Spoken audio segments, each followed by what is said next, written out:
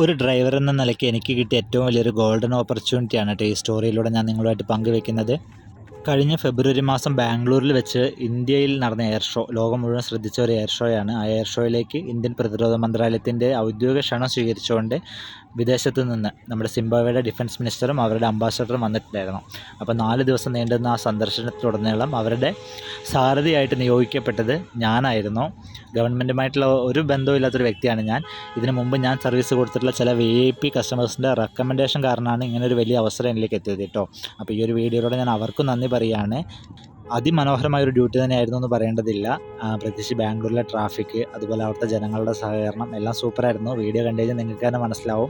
ആ 4 ദിവസവും മിനിസ്റ്ററുടെ കൂടെ തന്നെ നിന്ന് അവർക്ക് വേണ്ട സർവീസുകളൊക്കെ ചെയ്യാനും നല്ലൊരു പേരെടുക്കാനും സാധിച്ചു. അതുപോലെ തന്നെ 4ാമത്തെ ദിവസം ആ ഡ്യൂട്ടി അവസാനിക്കുന്നതിന് തൊട്ട് മുൻപായിട്ട് മിനിസ്റ്ററുടെയും അംബാസഡറുടെയും കൂടെ നിന്നൊരു ഫോട്ടോ എടുക്കാനും നിമിഷ നേരം കൊണ്ട് ആ ഫോട്ടോ പ്രിൻ്റ് എടുത്ത് അതിൽ മിനിസ്റ്ററുടെ ഒരു ഓട്ടോഗ്രാഫ് വാങ്ങാനൊക്കെ സാധിച്ചു.